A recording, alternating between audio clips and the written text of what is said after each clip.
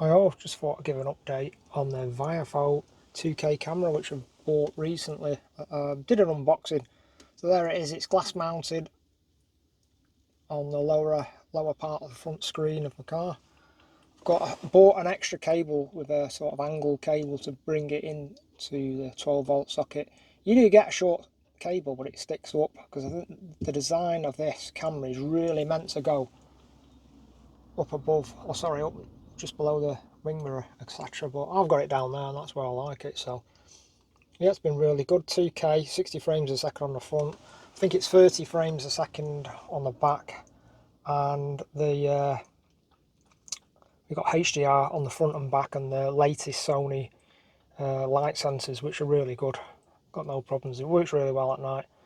At night time, I get a bit of a halo around the street lights because of the metal running through the heated windscreen of my car, so that might cause problems. You've got to think about that. It's nothing too much to worry about. You can still see number plates, etc. But I think that's what causes that. Also, recommend getting the remote control for it, which is Bluetooth. You got this hazard button here will save any files where you've had if you see a near miss or anything like that, puts it into a save file, locks it on the SD card, won't write over it again. You've got two programmable buttons as well on the right hand side. I've got one for Wi-Fi and the other for HDR enable. Although you can have the HDR automatically enabled at certain times of the evening when it gets dark. But other than that, it works really nice. Highly recommend downloading the app and make sure the firmware is up to date on the camera. If you've got any problems with the camera, not connecting or anything, uninstall the app and reinstall the app. That's what I had to do because I had a few problems with it at first.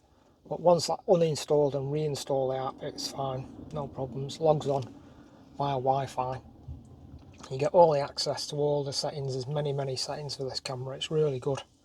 You can disable all the speech on the camera and take away the logos on the camera screen and various data if you don't want it. And yeah, got no problems. The rear camera goes in on the left hand side there and the cable runs around. It's quite a thick cable. Not like the previous versions of these cameras had coaxial cables which were much smaller. The problem with this cable, it's quite bulky.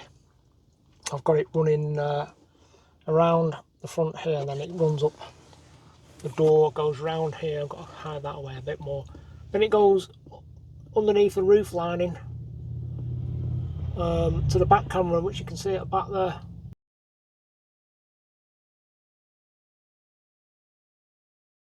And that just sticks on nice on the glass. Make sure the glass is clean, and you can angle that camera on the back as well. There's so many settings you can do with it, and up to now, no problems. Really happy with it. You've got peace of mind there, and you know it's going to work, and it's got all the sensors and GPS, everything's on board the camera. So that's about it. Just finished work. I'm going to head back home in a minute. Just pulled up at a fort, a nice little fort, and a lighthouse. Just in where I'm parked up. So anyway, and that's it for now. I'll give another review in probably about 6 months just to see how we're going on with the camera. And that's it. Thanks for watching.